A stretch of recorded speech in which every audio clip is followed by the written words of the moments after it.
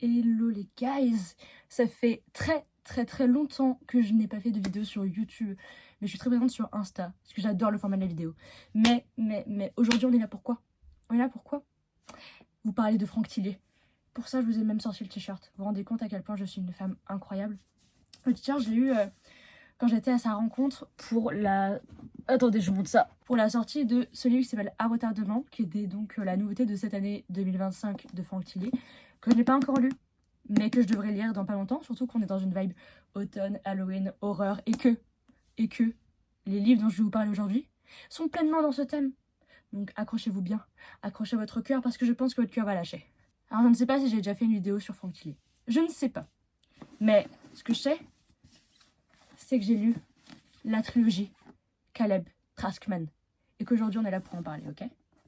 Cette trilogie, je l'ai lue cette année parce que Alizée, cette grande follasse, folle et fan de Franck Tillier, m'a dit « Roselyne, il faut absolument que tu le lises ». Donc j'ai compris l'idée, j'ai compris le concept, et du coup, j'ai lu la trilogie Caleb Traskman, qui, par un hasard très drôle, se trouve que j'avais tous les livres dans la bibliothèque, mais je ne savais pas du tout qu'ils devaient se lire ensemble. Parce que je vous explique, pour ma part, je ne connais pas du tout Franck Tillier, c'est les seuls livres que j'ai lus de Franck Tillier. Non, j'en ai lu un autre qui s'appelle 1991, je suis une mauvaise personne. C'est donc la première série que je lis de Franck Tillier, je ne sais pas s'il y en a d'autres d'ailleurs, mais j'ai donc commencé la trilogie Caleb Traskman. Ces livres, pour moi, se lisaient indépendamment, enfin, je pensais que c'était juste des romans comme ça qui se lisent à l'unité, et en fait, non, elle m'a appris que ces livres aussi, effectivement, ils peuvent se lire indépendamment, mais en plus de cela, ils ont tous une connexion les uns avec les autres. Donc, watch me bien, écoutez bien. Dans quel ordre faut-il lire cette série, la trilogie Caleb Traskman? Donc, on commence d'abord avec le manuscrit inachevé de Franck Tillier. Donc, moi, pour ma part, j'ai la version poche, que je trouve d'ailleurs trop belle. J'aime beaucoup la couverture. On enchaîne ensuite avec Il était deux fois. Voilà. Et enfin, on termine du coup avec Le Labyrinthe.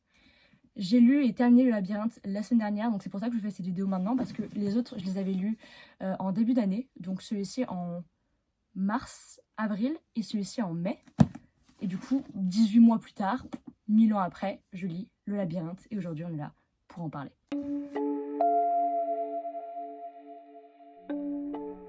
D'après ce que nous dit Wikipédia, Franck Tillier est un auteur français. Il n'a pas fait de formation spécifique dans l'écriture et n'est pas issu d'un milieu comme la médecine ou le milieu policier. C'est une personne qui a étudié à l'Institut supérieur de l'électronique et du numérique et il écrit depuis le début des années 2000. À son actif, il a près d'une cinquantaine de livres écrits, comprenant du coup des romans et des nouvelles. Il a également 6 bandes dessinées. À côté de cela, il est scénariste pour de nombreuses séries télé telles que La Promesse du Feu, Alex Hugo, Ligne de mire, Insoupçonnable. Il a également remporté de nombreux prix tels que le prix des lecteurs du Quai du Polar en 2006, le prix SNCF du Polar en 2007. Franchement, c'est super drôle, je savais pas que SNCF délivrait des prix littéraires. Ou encore en 2014, le prix Étoile du Polar du journal Le Parisien. Donc c'est un auteur prolifique qui écrit énormément de livres, puisque entre le début des années 2000 et aujourd'hui 2025, il a quand même écrit près de 50 livres différents. Donc c'est-à-dire à peu près 2 par an. Crazy. Mais du coup, comme je vous le disais, ça réunit tout ce qui est romans et nouvelles. Donc les nouvelles peuvent s'écrire plus ou moins vite, ça dépend franchement. Mais ces romans font quand même souvent 500 pages. Donc comment vous dire que il écrit très vite. En tout cas, il est vachement inspiré. On repasse désormais à la série Caleb Traskman. Quand on avait discuté avec Élisée, elle m'avait expliqué qu'elle avait lu les livres indépendamment et ne savait pas qu'il y avait une connexion les uns avec les autres. Et elle avait trouvé ça hyper dommage parce qu'en termes de communication, apparemment, ils n'auraient pas communiqué sur le fait que c'était une série. Et du coup, elle les avait lus tous indépendamment et avait fait le lien plus tard sur le fait que, mais oui, en fait, il y a une suite logique dans ces romans. Du coup, comme je vous l'ai dit précédemment, on commence avec le manuscrit inachevé. Donc le manuscrit inachevé, faites très attention à la préface parce que moi j'ai capté qu'à la toute fin du livre qu'il y avait une préface très utile et très importante pour ce bouquin parce que ça vous plonge dans l'univers de la série Caleb Traskman. Par exemple, j'ai vraiment lu ça comme un one shot, quelque chose qui se lit voilà, tranquille. Sauf que en fait ce livre, c'est un roman dans le roman. Donc le manuscrit inachevé, ça parle d'une autrice qui est autrice de polar, tiens, comme notre auteur Franck Tillier, qui écrit un livre sur un auteur de polar. Donc le Inception du Inception, ok? Sauf que, fun fact que je n'avais absolument pas capté, c'est que, comme devant tous les livres, vous avez cette page-là. C'est une page qui vous récapitule le titre, l'auteur, voilà. Classique. Ce que j'avais pas capté, c'est qu'il y en avait deux. Donc sur la première page que je vous ai présentée précédemment, il y avait écrit Franck Tillier, le manuscrit inachevé. Sur la deuxième, on voit quoi? Caleb Strassman, le manuscrit inachevé.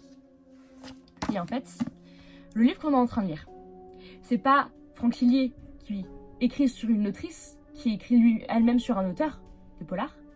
C'est Franck Tillier qui écrit sur Caleb Strassman, qui est lui-même auteur de polar, qui écrit sur une autrice de polar, qui elle-même écrit sur un auteur de polar. Donc on augmente encore une fois le Inception de l'Inception.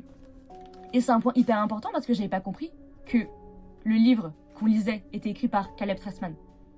J'avais pas du tout compris ça comme ça. J'avais juste compris que c'était un roman de Franck Tillier, en plus ou moins classique, voilà, de polar. Sauf que non, ça a toute son importance de se rappeler que ça fait partie de la trilogie Caleb Strassman parce que Caleb Strassman, c'est qui? C'est un auteur de polar qui a écrit un livre qu'il a intitulé Le manuscrit inachevé. En tout cas, ce n'est pas lui qui l'a intitulé comme ça, c'est son fils, puisque Caleb Strassman, on le sait, on le devine, on l'apprend dès la préface, Caleb Strassman, l'auteur du manuscrit inachevé, il s'est suicidé. Sauf qu'il n'a pas écrit la fin. Et c'est son fils qui a écrit la fin. Sauf que toutes ces informations, je les ai lues que plus tard parce que je n'avais pas lu la préface.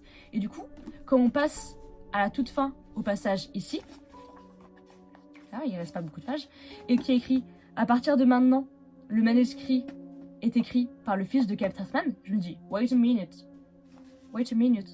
Comment ça? Mais qui est Caleb Strassman? Qui est-il? Et c'est là que j'ai capté qu'il y avait une préface à lire. Donc lisez la préface, c'est très important pour vous mettre un petit peu dans le bain et comprendre que ce livre, c'est pas qu'un livre de Franck Tillier. C'est un Inception qui vous permet de comprendre la suite. Il était deux fois. Dans ce livre aussi, on va suivre un policier qui a perdu sa fille. Sa fille est portée disparue et il va mener une enquête pour essayer de la retrouver. Et dans le premier endroit où il va se rendre dans l'hôtel où sa fille a travaillé l'été précédent. Et il va prendre une chambre d'hôtel pour pouvoir y travailler et pouvoir dormir là-bas. Le problème, c'est qu'il s'endort et quand il se réveille, près de 10 ans se sont passés. 10 ans. Et il comprend pas. Il comprend pas qui sont les affaires de la personne dans la chambre où il est. Il ne comprend pas pourquoi la personne à la réception n'est plus la même personne. Peut-être que ça a changé. Il ne comprend pas pourquoi son ancien collègue ne veut plus lui parler, pourquoi tout le monde le regarde mal, pourquoi tout le monde le regarde comme si c'était un monstre. Il comprend pas. Il se réveille comme ça 10 ans plus tard en ayant oublié les 10 ans précédents. I don't know, il ne sait pas. Apparemment, il aurait vécu 10 années supplémentaires, mais il ne se rappelle pas. Mais sa fille, elle, au bout de 10 ans, est toujours portée disparue. Et lui, en tant que père engagé, il va continuer à chercher. Et c'est du coup, 10 ans plus tard, au moment où il se réveille, qu'il va continuer en fait cette recherche. Donc, dans Il était deux fois, le personnage principal, le policier, va donc traquer potentiellement la personne qui aurait kidnappé sa fille. Et ça va être vraiment une histoire de traque. Donc, pour ma part, pour le moment, Il était deux fois. Sur les 3 livres, pour moi, Il était deux fois, c'est mon préféré. Parce que j'adore les tracks et que ça faisait vraiment...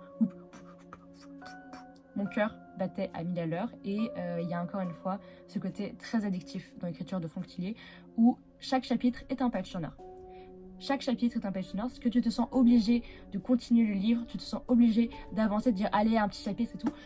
Tu te sens obligé. Son écriture est excessivement addictive et je pense que du coup Franck Tillier en tant que scénariste, si vous regardez cette série, je ne l'ai pas testé, mais je pense que ça va être tout aussi addictif parce que je pense qu'à chaque fin d'épisode, si c'est vraiment une série, je suis pas sûre, vous allez vouloir regarder la suite, tout simplement. Dans le labyrinthe, il y a quelque chose d'un peu plus posé.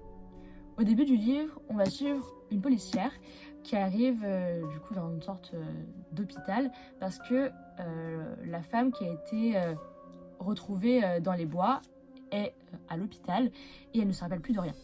Et du coup, le policier lui dit ok, je vous avoue quelque chose, cette femme, elle m'a tout raconté. Dedans, il y a 5 personnages et je vais devoir vous raconter tout depuis le début pour que vous puissiez bien comprendre. Et du coup, dans cette histoire, on va suivre 4 personnages. Donc, la journaliste, la romancière, la psychiatre et la kidnappée. Et le dernier personnage, le médecin lui dit, c'est un personnage qu'on découvrira un peu plus tard et qui a toute son importance pour la compréhension de l'histoire. Donc un livre beaucoup plus posé, moins gore aussi que les autres. Dans le manuscrit inachevé, je trouvais ça un petit peu gore par moment. Pareil pour Il était deux fois, dans celui-ci c'est un peu plus posé dans les descriptions parce que Franck Tillier a une manière d'écrire des scènes, des corps de manière très imagée, ce qui fait qu'on comprend très très bien ce qu'il veut dire et très très bien ce qu'il veut nous montrer. Mais par contre du coup on est un peu... oh là là, c'est lourd à lire tout ça, c'est très lourd à lire. Dans celui-ci, c'est un peu plus tranquille. Du coup, on a plusieurs chapitres avec du coup des personnages différents où on va pouvoir découvrir au fur et à mesure leur histoire et comprendre en fait quel est le lien conducteur entre ces 5 personnages. Là, c'est pas une question de traque, mais c'est vraiment nous qui cherchons à comprendre un petit peu ce qui se passe. Et bien sûr, il y a toute son importance avec les 2 autres livres précédents. Je peux pas trop vous en dire parce que si je vous en disais plus, je pense que ça vous spoilerait complètement la série. Et ça a été un tel plaisir de pouvoir découvrir la série Caleb Strassman que j'ai qu'une envie de vous dire, c'est juste foncez découvrir cette série. Le labyrinthe est sorti en poche d'ailleurs, donc si vous voulez vous les acheter tous en poche, c'est clairement faisable et franchement ça se lit vraiment très très vite. Les livres, comme je vous l'ai dit, font à peu près 500-600 pages, mais ça se dévore à une vitesse avec ses page turners. Dites-vous, le labyrinthe, je l'ai commencé la semaine dernière, j'ai dû commencer un mercredi, je l'ai terminé le samedi, parce que c'était tellement addictif que j'avais besoin de connaître la suite.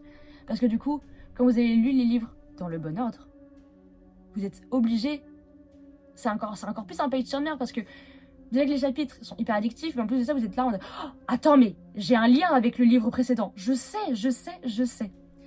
Donc, foncez lire cette série, surtout qu'on est en automne, surtout que Halloween approche, et voilà. Si vous voulez vous mettre un petit peu dans tout ce qui est polar, thriller, franchement, c'est une très très très bonne série. Et je trouve que c'est vraiment super cool pour pouvoir débuter avec Franck Tillier. J'avoue que du coup au total j'en ai eu que 4 de Franck Tillier. Mais son écriture est hyper addictive et j'aime beaucoup ses histoires, son imagination qui est extrêmement tordue d'ailleurs. Genre, comment cet homme arrive à imaginer des choses aussi folles. Mais en tout cas, cette série était dingue, vraiment dingue. Donc voilà, je vous recommande vivement de les découvrir par vous-même. Ça me fait trop plaisir en tout cas de vous en parler parce que juste cette série m'a retourné le cerveau et j'ai kiffé avoir le cerveau tourné dans tous les sens.